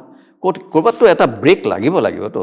And I am trying to put the break, I am telling you. Success হওঁ নহয় নাজানো। আৰু ইমান স্পষ্টকৈ আপুনি কথা কোৱাৰ কাৰণে, ইমান ষ্ট্ৰেইট ফৰৱাৰ্ড কথা কোৱাৰ কাৰণে বিপদত পৰিব দেখোন। হ'ব পাৰে, it's nothing, I have nothing to hide. মইতো কোনো মিছা কথা কোৱা নাই, সকলোৰে মনৰ কথাখিনিহে কৈছোঁ মই। অসন্তোষটো আপোনাৰ বৰমূৰীয়াই হ'ব কংগ্ৰেছৰ। হ'ব পাৰে, কোনো কথা নাই, সেইটো তেখেতসকলৰ judgement. But I made my stand clear, very clear. প্ৰতিদ্বন্দ্বিতা বৰ্তমানৰ বিধায়কৰ লগতে হ'ব, যিহেতু তেখেত বিজেপিৰ বিধায়ক। আমি শুনি আছোঁ কংগ্ৰেছৰ ফালৰ পৰা আৰু এগৰাকী আছে, গণেশ কুটুম ডাঙৰীয়াৰ পুত্ৰ। হয়তো কংগ্ৰেছ নহ'লে তেওঁ AGPৰ পৰা হ'ব। গোটেই পৰিক্ৰমাটো আপুনি কেনেকৈ কেলকুলেশ্যন কৰিছে, অংকটো কেনেকৈ কৰিছে, মোক অকণমান বুজাই দিব লাগিব। য়েছ, মই ইয়াৰ আগত আৰু এটা বস্তু ক'বলৈ আপোনাক পাহৰি গ'লোঁ। আমাৰ গৌৰৱ গগৈ ডাঙৰীয়া একদম ক্লিন পাৰ্চন। তেখেতৰ লগত কোনো পইচা, তেখেতে ক্লিয়াৰ কৈছে দেই, কেণ্ডিডেটৰ কাৰণে কোনো কেণ্ডিডেটে পইচা দি পেলাই টিকেট ল'ব নালাগে, এইটো ক্লিয়াৰ কৰা আছে। গতিকে কংগ্ৰেছে পইচা দি পেলাই টিকেট লোৱা কথাটো অন্ততঃ গৌৰৱ গগৈৰ ক্ষেত্ৰত খাপ নাখায়। আৰু গতিকে সেইটো একদম ক্লিয়াৰ কৰি দিছোঁ। গতিকে সেইটো প্ৰশ্নই নাহে। আৰু 2 নম্বৰ কথা, আমাৰ ইয়াত যিটো তেখেতসকলে কৰি চাওক, ডেম'ক্ৰেটিক ছিষ্টেম, এটা গণতান্ত্ৰিক ছিষ্টেম, তেখেতসকলে নিজৰ প্লান প্ৰগ্ৰাম লৈ আহিছে, কেনেকৈ কৰিছে মই নাজানো। কিন্তু মই 2023ৰ পৰা গহপুৰত কাম কৰি আছোঁ, যেতিয়া গহপুৰত কোনো লিডাৰ নাছিলে। আমাৰ আগৰজন লিডাৰ TMCলৈ গুচি গৈছিল, গতিকে এটা ভেকুম ইয়াত ক্লিয়াৰ হৈছিলে, খালী ঠাই। আহি পেলাই গহপুৰৰ সংগঠনটোক ঠিক ঠাক কৰা হ'ল, আৰু তেখেতসকলে মোক মাতি আনিছিলে, গহপুৰৰ সংগঠনে 2জন ব্লক সভাপতিয়ে সকলোৱে মাতি আনি মোক চাৰ্জটো দিছিলে। গতিকে মই তেতিয়াৰ পৰা নিজৰ পকেটৰ পইচা খৰচ কৰি, মইতো মিনিষ্টাৰ নহয়, বহুত পইচা গোটাই থৈছোঁ। মই এজন বিজনেছমেন নহয়, বহুত পইচা গোটাই নিজৰ পকেটৰ পইচা খৰচ কৰি মই সংগঠন চলাই আছোঁ। গতিকে মই ভাবোঁ কংগ্ৰেছ দলে মোৰ সেইখিনি কষ্ট স্বীকৃতি দিব। মানে গহপুৰৰ অভিভাৱক নোহোৱা কংগ্ৰেছৰ দলটোক আপুনি অভিভাৱক হিচাপে সেই সময়ত লৈ যাব। এতিয়াতো বহুত ওলাল, চিটুৱেশ্যন ভাল হ'ল, সেইটো বেলেগ কথা। কিন্তু সেই সময়ত কোনো নাছিলে ইয়াত কাম কৰিবলৈ ৰাহুল গান্ধীজীৰ যেতিয়া ইয়াত ভাৰত জোড়ো যাত্ৰা আহিছিলে সেই সময়তো কোনো মানুহ নাই আমিয়ে পইচা পাতি দি কৰিব লগা হৈছিল পিছত লোকসভা ইলেকশ্যনৰ কথাও আহিল গতিকে সেইখিনি যদি পৰিশ্ৰম স্বীকৃতি দিয়ে তে দলে ভাল লাগিব নিদিলেও কথা নাই কংগ্ৰেছ দলটোক কেনেকৈ আপুনি শক্তিশালী কৰিম বুলি ভাবিছে কিবা আইডিয়া আছে কিবা পলিচি আছে ইয়েছ লট অফ থিংছ আমি এতিয়া কংগ্ৰেছ দলত কৰিবলগীয়া বহুত কাম আছে গৌৰৱ গগৈজী ৰাহুল গান্ধীজীয়ে প্ৰাণ চেষ্টা কৰি আহিছে এই দুজন মানুহক দেখি আহিছোঁ কেনে আৰু পলিটিক্স বস্তুটো জানেতো এইটোতো আৰু কোনো প্ৰাইভেট কোম্পানী নহয় আমি কাৰোবাক বেয়া পালে উলিয়াই দিম চাকৰি যাম এনেকুৱা নহয় আমি ইয়াত কম্প্ৰমাইজৰ মাজেৰে বহুত চলিব লগা হয় বহুত কথা দেখিলেও নেদেখা ভাও দৌৰি থাকিব লগা হয় গতিকে লাহে লাহে নিশ্চয় ৰিফৰ্ম হ'ব আৰু যিটো ইয়াং জেনেৰেশ্যনটোক আমি চান্স দিব লাগিব কাৰণ তেওঁলোকে বহুত ফ্ৰী মাইণ্ডত আহিব আৰু তেওঁলোকে নতুন আইডিয়া লৈ আহিব তেওঁলোকে কাম কৰিব নিশ্চয় মই জনামতে হয় আপুনি যেহেতু নিজে এগৰাকী প্ৰশাসনিক বিষয়া আপুনি ইমান কষ্ট কৰি আগুৱাই গ'ল আপুনি গহপুৰৰ বহু ছাত্ৰ ছাত্ৰীক বিনামূলীয়াকৈ পঢ়াই আছে চেষ্টা কৰা এই হৈছে কথাবোৰ নকয় কেলে আপুনি মই ক'তো পোৱা নাই ছ'চিয়েল মিডিয়াত নাই এইবোৰ চাওক এইবোৰ মনৰ শান্তিৰ কাৰণে কৰা হয়তো আৰু কৈ দিলে যেন বস্তুটোৰ মৰ্যাদা নষ্ট হয় কেনেকৈ চলি আছে এইখন মানে গহপুৰৰ এতিয়া UPSCৰ কাৰণে আমি বহুতো কোচিং দিয়াৰ চেষ্টা কৰা হৈছে ফ্ৰী কোচিং আমি এনৰোল কৰিছোঁ প্ৰায় 150 আমাৰ এনৰোল হৈ গৈছে তেখেতসকলক আমি প্ৰথমতে ভাৰ্চুৱেলি কোচ আইডিয়াবিলাক দিম লাহে লাহে অলপ গিয়াৰ আপ কৰাৰ পিছত তেখেতসকলক এটা সিলেকশ্যন প্ৰচেছ কৰি কোনটো লেভেলত আছে সেইমতে কৰি পিছত আমি লাহেকৈ ফিজিকেল ট্ৰেইনিংবিলাক দিম আৰু এইটো ফ্ৰী আমি উইল নট চাৰ্জ এনিথিং তেখেতসকলক গাইড কৰি মোৰ যেনেকৈ ছুপাৰ 30 থাকে ন তেনেকৈ এই 150 জনৰ মাজৰ পৰা যদি আমি 15 জনো উলিয়াই ল'ব পাৰোঁ সেই 15 জনক একদম ফুল কোচিং দি আমাৰ চেষ্টা প্ৰতি বছৰে গহপুৰৰ পৰা এজন বা দুজন আমাৰ চিভিল সাৰ্ভেণ্ট ওলোৱাটো আমাৰ প্ৰচেছ সেইটো আমি MLA হ'লেও কৰিম MLA নহ'লেও কৰিম আপুনি নিজে পঢ়াব পাৰে you are good teacher yes মই থাকিম মই ডাইৰেক্টলি ইনভলভ হ'ম কিন্তু ছাবজেক্ট টিচাৰবিলাক আনিব লাগিব মই থাকিম ডাইৰেক্টলি থাকিম আমাৰ লাভটো হ'ল কি আমি জেনেৰেলি প্ৰতিটো ছাবজেক্টত এটা আইডিয়া থাকেতো চ' উই কেন কোঅৰ্ডিনেশ্যনটো আমাৰ এইটো মহন্ত ডাঙৰীয়া একদম কেমেৰালৈ চাই গহপুৰৰ একদম নতুন প্ৰজন্মক 1 মিনিটৰ কিবা এটা কওক কাৰণ বহু ল'ৰা ছোৱালী আমাৰ বিপথে পৰিচালিত হৈছে কাৰেক্ট বহুতে ভাং ড্ৰাগছ এলকহল ইমান ইউজ কৰে আজিকালি চ' কেনেকৈ আগবাঢ়ি যাব সকলোকে মই হাতজোৰ কৰিছোঁ আমাক ভগৱানে এটা শৰীৰ দিছে আমাৰ নিজৰ শৰীৰটো যেতিয়া আমি অইন এজনৰ লগত চাওঁ যিজন নিশকতীয়া কাৰোবাৰ হাত নাই কাৰোবাৰ ভৰি নাই কোনোবাই চকুৱে নেদেখে কোনোবা বেমাৰী তেতিয়া আমি বুজিব লাগে যে আমি কিমান ভাগ্যৱান ভগৱানে আমাক সম্পূৰ্ণ অংগৰ এটা শৰীৰ দিছে আৰু এই শৰীৰটো যদি আমি ড্ৰাগছ বা এলকহল এইবোৰ লৈ পেলাই ধ্বংস কৰোঁ সেইটো এটা মহাপাপ আমি ড্ৰাগছ এলকহল আমি কিয় ল'ব লগা হয় যে আমাৰ মনত যেতিয়া কেতিয়াবা হতাশা থাকে মই পঢ়িব নোৱাৰিলোঁ মোৰ চাকৰি নহ'ল মোৰ ঘৰত মা দেউতাই বেয়া ব্যৱহাৰ কৰে মোৰ এইবোৰ বহুত কথা থাকে কিন্তু এই হতাশাটো আমি কেনেকৈ আঁতৰাব পাৰিম এই হতাশাটো আঁতৰিব যেতিয়া আমি কিছুমান কামত লাগি যাম পজিটিভ ৱৰ্ক আৰু there is no' substitute for hard work আমি কাম কৰিবই লাগিব আৰু কাম কৰিবলৈ নিজে বিচাৰি ল'ব লাগিব কোনেও কাকো কাম জাপি দিব নোৱাৰে নিজে যিটো ভাল পায় সেই কামটোত কৰি গ'লে পজিটিভ কাম কৰি গ'লে এই হতাশাবোৰ ওচৰলৈ নাহে আৰু এই দিশত বিশেষকৈ গহপুৰত কোনোবা নৱপ্ৰজন্মই কিবা অসুবিধা পালে আমাক যদি জনায় আমি ওচৰত গৈ থিয় হ'বলৈ অতি সুখী হ'ম ফোনতেই হওক বা নিজে পাৰ্চনেলি গৈ আপোনালোকক সহায় কৰিব পেলাই আমাৰ নিজৰ জীৱনটো ধন্য মনা হ'ব তাকেই ক'ব বিচাৰিছোঁ কৃষ্ণ ধন্যবাদ মই একেবাৰে শেষ পৰ্যায়লৈ আহিছোঁ আপুনি ভাগৱত গীতা এইবিলাকৰ খুব চৰ্চা কৰে ভাল পাওঁ আৰু আপোনাৰ এটা ইউটিউব চেনেল আছে য'ত আপুনি খুব ধুনীয়াকৈ এজ এ মটিভেশ্যনেল স্পীকাৰ হিচাপে খুব ধুনীয়াকৈ কথাবিলাক কয় আপোনালোকে গৈ পেলাই চাব সেইখিনি মই ইয়াত সেই ইমান ডিটেইলছত নাযাওঁ মই লিংকটো আপোনালোকক শ্বেয়াৰ কৰি দিম আৰু এটা কথা জানিব মন গৈছে মই শেষত সকলো পলিটিচিয়ান যেতিয়া থাকে এজ এ পলিটিচিয়ান বুলি কৈছোঁ তো মই শেষত কেইজনমান ব্যক্তিৰ নাম সোধোঁ আৰু আপুনি তেওঁলোকৰ ওপৰত 2-এটা শব্দ আপুনি প্ৰকাশ কৰিব পাৰে সুধিব পাৰোঁ সোধক ৰেপিড ফায়াৰ টাইপৰ তাৰ আগতে এটা প্ৰশ্ন থাকি গ'ল গহপুৰৰ কোনখিনি ঠাই আপোনাৰ খুব ভাল লাগে কেতিয়াবা নীৰৱে গৈ কিছু সময় বহিব মন যায় ভাগৰুৱা হ'লে বহিব মন যায় দুটা ঠাই আছে ৰোমন্থন কৰিব মন যায় Yes, অতীত আমাৰ এই ভোলাগুৰিৰ জ্যোতিপ্ৰসাদ আগৰৱালাৰ সেই ঠাইটো মই বৰ ভাল পাওঁ ৰোমন্থন কৰিব পৰা ভাল লাগে জ্যোতিপ্ৰসাদ আগৰৱালাই কি ধৰণে কিমান কষ্ট কৰি ইয়াত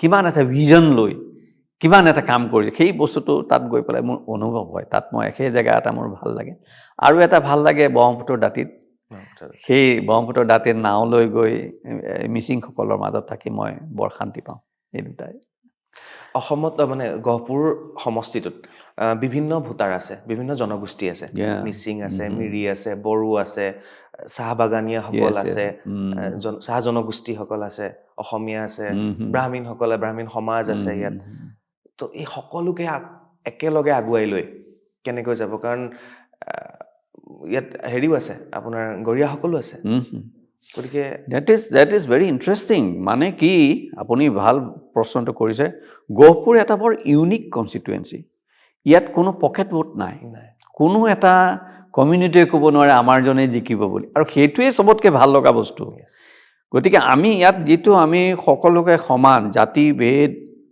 নথকা ধৰ্মৰ হেৰি নথকা যিটো এটা পৰিৱেশ আছে সেইটো গহপুৰত আছে আৰু সেইকাৰণে কাম কৰিবলৈ ইয়াত ভাল লাগে আৰু আপুনি হয়তো মোৰ যিবিলাক ফেচবুকৰ আমাৰ পোষ্টবিলাক দেখিলে প্ৰতিটো সমাজে অতি মৰমে লৈছোঁ ৰাজনীতি বুলি কথা নাই মই আপোনাৰ আলুপাৰাত গৈছোঁ দৈমালুত গৈছোঁ মিৰিচিঙৰ মাজত গৈছোঁ টি গাৰ্ডেনত সকলোতে মই একে আদৰ পাইছোঁ তাত কোনো ধৰণৰ বিভেদ নাই আৰু সেই যিটো আনন্দ সকলো কমিউনিটি সকলো জনগোষ্ঠীৰ মাজত থাকি কাম কৰাৰ সেই আনন্দটো বৰ এক অপূৰ্ব আনন্দ ভাল লাগে মোৰ আজি এটা কথালে মনত পৰিছে মই চৈদুৰা কলেজৰ পৰা পঢ়া শুনা কৰা মই চৈদুৰা কলেজৰ জিএছ আছিলোঁ 2008-9 চনত মেগাজিন ছেক্ৰেটাৰী আছিলোঁ তো তেতিয়া মই কলেজৰ ইলেকশ্যনৰ কাৰণে তেতিয়াও ডাঙৰ ইলেকশ্যন হয় আমি দুজন মই আহি গ'ল আৰু তেতিয়া 88 যেতিয়া মানে 90 পৰা আহি গ'ল মই প্ৰায় 800 মান ভোটত জিকিছিলোঁ মোৰ তেতিয়া মনত পৰিছিলে বাইকখন লৈ চাইকেল লৈ গোটেই জেগাই জেগাই ঘূৰি আছিলোঁ আজি খুব মনত পৰিছে ভাল লাগে গহপুৰখন দুদিন লাগে ফুৰিবলৈ এদিনত ফুৰিবলৈ অকণমান কষ্ট হয় কিন্তু দুদিনত আমি গোটেই গহপুৰ কনষ্টিটুৱেঞ্চি কাভাৰ হৈ যায়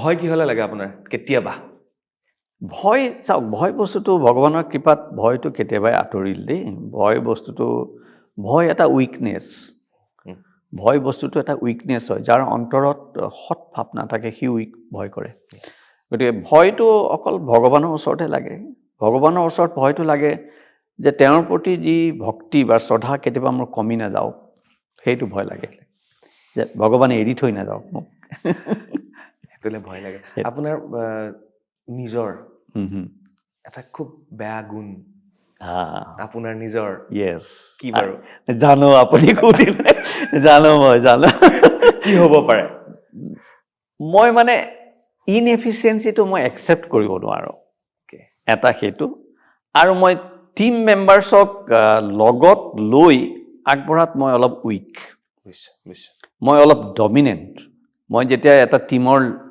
টিমৰ লগত কাম কৰোঁ টিম মেম্বাৰ্ছখিনিক মই মোৰ নিজৰ লেভেলত লৈ পেলাই মই কৰিব বিচাৰোঁ পাৰফেক্টটো বিচাৰোঁ সেইটো ভুল সেইটো সম্ভৱ নহয় এটা টিমত বিভিন্ন ধৰণৰ মানুহ থাকিব চবকে লৈ কৰিব লাগিব এই দুখটো মই চিনি পাওঁ কিন্তু মই চেষ্টা কৰিছোঁ আৰু কেনেকৈ কালি মই আপোনাৰ বিষয়ে কেইবাজনো লোকৰ লগত কথা পাতিলোঁ যিহেতু আপোনাৰ লগত মোৰ এটা অনুষ্ঠান আছে মই আমাৰ গহপুৰৰ ব্যৱসায়ীৰ পৰা আৰম্ভ কৰি ৰাজনীতিবিদৰ পৰা আৰম্ভ কৰি সমাজৰ বিশেষ ব্যক্তিৰ লগত কথা পাতিছোঁ সকলোৰে এটা কথা কৈছে মই আপোনাক খোলাকে কওক আপুনিতো মোক মই বেয়া পোৱা প্ৰশ্ন এটাও কৰা নাই মই এইটোৱে ক'ব বিচাৰিছোঁ যে মোক ক'লে দুজন মানে যে কৈছে তেখেতে ভাষণ দিয়াৰ ক্ষেত্ৰত ৰাজনীতিবিদ হ'লে ভাষণ খুব দিব পৰা হ'ব লাগে কোনোবাই মোক কৈছে তেওঁ ভাষণ দিব নাজানে নে তেওঁ ভাষণ দিব নিবিচাৰে বাট তেওঁৰ লগত কথা পাতিলে খুব ভাল লাগে ষ্টেজত ভাষণ দিয়া তেওঁৰ খুব এটা অভিজ্ঞতা নাই নেকি এনেকুৱা এটা কথা কৈছে এই কথাটো কি ক'ব আপুনি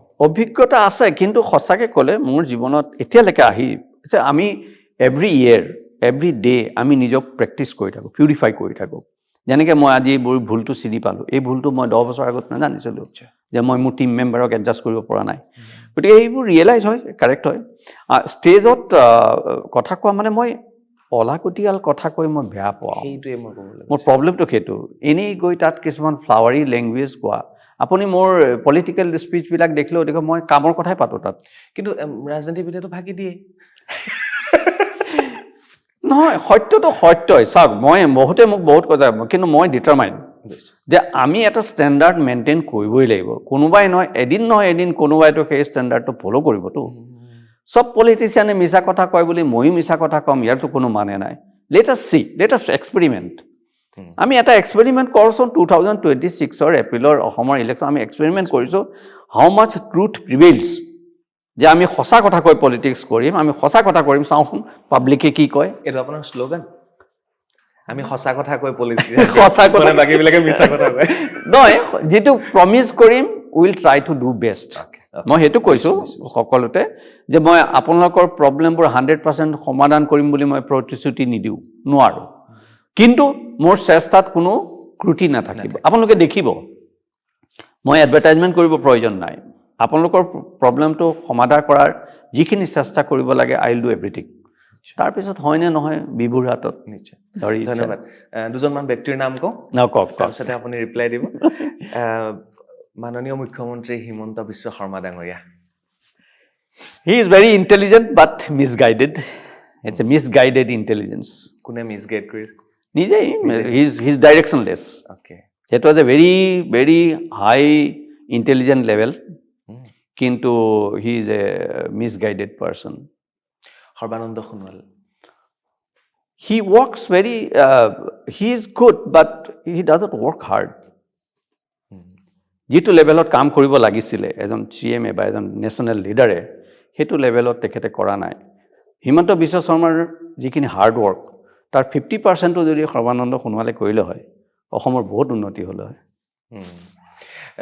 গৌৰৱ Gogoi he is very good he is trying he is learning and he should come up অসমৰ ভৱিষ্যত যদি আছে তেখেতেই আছে I hope he will do it well he has to come up okay Ripun Bora he should retire now he should retire নাও একদম frankly কৈছোঁ মই তেওঁ IS আছিলে গহপুৰৰ IS আছিল মই এটা কথা কওঁ আপোনাক আপুনি য়াং মানুহ you should know' it also' আমি চবে কি পাহৰোঁ যে আমাৰ এজটো আমি পাহৰি যাওঁ যে উইথ আৱাৰ এজ আজি ডনাল্ড ট্ৰাম্পৰ এইটোৱে প্ৰব্লেম হৈছে আমেৰিকাত ডনাল্ড ট্ৰাম্পে এইটো এজত যেনেকৈ এইটো তেওঁৰ যিটো পজিশ্যন সেই পজিশ্যনত তেওঁৰ ব্ৰেইনে যিখিনি কাম কৰিব লাগিছিলে তেওঁৰ ব্ৰেইনটোৱে সেইটো কাম কৰিবলৈ নিদিয়ে তেওঁ because of his age so' after certain age আমাৰ ৰেছপনচিবিলিটিবিলাক আমি কমাই আনিব লাগিব আজি মই যিখিনি কথা কৈছোঁ 10 বছৰ পিছত যদি মই একেই পজিশ্যন বিচাৰি পৰোঁ ইট উইল বি ৰং কাৰণ মোৰ ব্ৰেইনটোৱে এলাউ নকৰিব নহয় কাম কৰিবলৈ নোৱাৰে এটা ইউ আৰ য়াং আপুনি যিটো ফাষ্ট থিংকিং কৰিব পাৰে যিটো rational with my all experience I can't think that fast তো মই যদি গৈ পেলাই চিফ মিনিষ্টাৰ হ'বলৈ বিচাৰোঁ বা অসমৰ ভাৰতৰ প্ৰেচিডেণ্ট হ'ব নহ'ব নহয় গতিকে প্ৰতিটো ৰোলৰ প্ৰতিটো পজিশ্যনৰ এটা এটা হেৰি থাকে মই ভাবোঁ ৰিপুণ বৰা ছাৰ এতিয়া হি শুড ৰিলেক্স আৰু আমাক ছাজেশ্যন দিয়ক বহক ঘৰত তেখেতে আমাক এডভাইচ কৰক কেনেকৈ গাইড কৰিব লাগে এক্টিভ পলিটিক্সত তেখেতৰ কষ্ট হ'ব that's what he should retire আৰু এগৰাকীৰ নাম ল'বই লাগিব আপোনাৰ বিশেষ প্ৰতিদ্বন্দ্বীয়ে হ'ব যিটো খেলিবলৈ গৈছে পদুম ফুলৰ পৰা আমাৰ উৎপল বৰা MLA গহপুৰৰ তেখেত পলিটিচিয়ান কম বিজনেছমেন আৰু কণ্ট্ৰেক্টৰ বেছি এজ এ পলিটিচিয়ান তেওঁ কনষ্টিটুৱেঞ্চিটোক যেনেকৈ লিড কৰিব লাগিছিলে সেইটো কৰিব পৰা নাই আৰু ভূপেন বৰা তেখেত ভেৰি পপুলাৰ কৰিছে কিন্তু সেই কিছুমান উইকনেছ থকাৰ কাৰণে হয়তো যিমানখিনি ফ্লৰিছ কৰিব লাগিছিলে সেইটো পৰা নাই but he is good everybody accept him very good leader Akhil Gogoi কেনে লাগে আপোনাৰ যিহেতু কংগ্ৰেছ এতিয়া কেইবাটাও দলৰ লগ লাগিছে জাতীয় পৰিষদ হওক ৰাইজৰ দল হওক সকলোৰে লগত প্ৰধান বিৰোধী দল মানে উমৈহতীয়া সকলোৰে গতিকে অখিল গগৈ ডাঙৰীয়াক কেনে লাগে আপোনাৰ ভাল লাগে তেখেত ভেৰি হাৰ্ড ৱৰ্কিং বৰ ভাল মানুহ যথেষ্ট কষ্ট কৰে ফ্ৰেংকলি কথাবিলাক কয় কিন্তু এটা ষ্ট্ৰাকচাৰ্ড পজিশ্যনত আগবঢ়া নাইতো সেইকাৰণে কষ্ট পাইছে চাগে এটা ষ্ট্ৰাকচাৰ লাগিবতো আমি অকলে একো কৰিব নোৱাৰোঁ এটা প্লেটফৰ্ম লাগিব এটা ষ্ট্ৰাকচাৰ লাগিব সেই ষ্ট্ৰাকচাৰটো ডেভেলপ হোৱা নাই নহয় তেখেতৰ এতিয়ালৈকে Lurinjyoti Gogoi He is good. He is doing well as a young person. He is very good, and I hope in coming days তেখেতে এটা সুন্দৰ চান্স পায়, তেখেতে ভাল কৰিব। বৈদ্যুৎ বৰদলৈয়ে APCCৰ সভাপতি হ'ব নোৱাৰিলেহেঁতেন নেকি? তেওঁৰতো ব্যক্তিত্ব আছে সেইটো চাওক, AICC, APCC decision, all of them there, he is very good. He should have been, he can do it. তেখেতেতো এক্সপিৰিয়েঞ্চ মানুহ, any position he can handle. কিন্তু সেইটো AICC ডিচিশ্যন, তেখেতসকলে বহুত ফেক্টৰ চাইতো, চ' সেইটো ক'বলৈ দিগদাৰী আৰু। ঠিক আছে, ভাল লাগিলে। থেংক ইউ ভেৰি মাচ। লাগিলে নাজানো আৰু সুধিব পাৰিছো নে প্ৰশ্ন? বঢ়িয়া। খালি মই ডিফিকাল্টি কুৱেশ্যন কেইটা লাষ্টতহে আহিলে বাৰু, পিছলৈ গ'ল। না, মই আপোনাক একচুৱেলি জানিব আহিলো। আপুনি বিষয়া হিচাপে, ৰাজনীতিবিদটো আপুনি আগবাঢ়িছে, বিষয়া হিচাপে আপুনি বহুত সফল, বাট মই নাজানো ৰাজনীতিবিদ হিচাপে আপুনি আগুৱাই যাব। Very tough. আপুনি এজ এ আয়কৰ আয়ুক্ত হিচাপে বহুত বেছি সফল, আৰু গহপুৰৰ সুসন্তান হিচাপে আপোনাৰ পৰা বহুত শিকিবলগীয়া আছে। আশা কৰিছো এনে বিষয়া যেতিয়া ৰাজনীতিলৈ আহিব, আমাৰ সমাজখন কিমান বেছি ভাল হ'ব এবাৰ ভাবি চাব আপোনালোকে। থেংক ইউ আপোনাক। Thank you so much. Thank you very mass.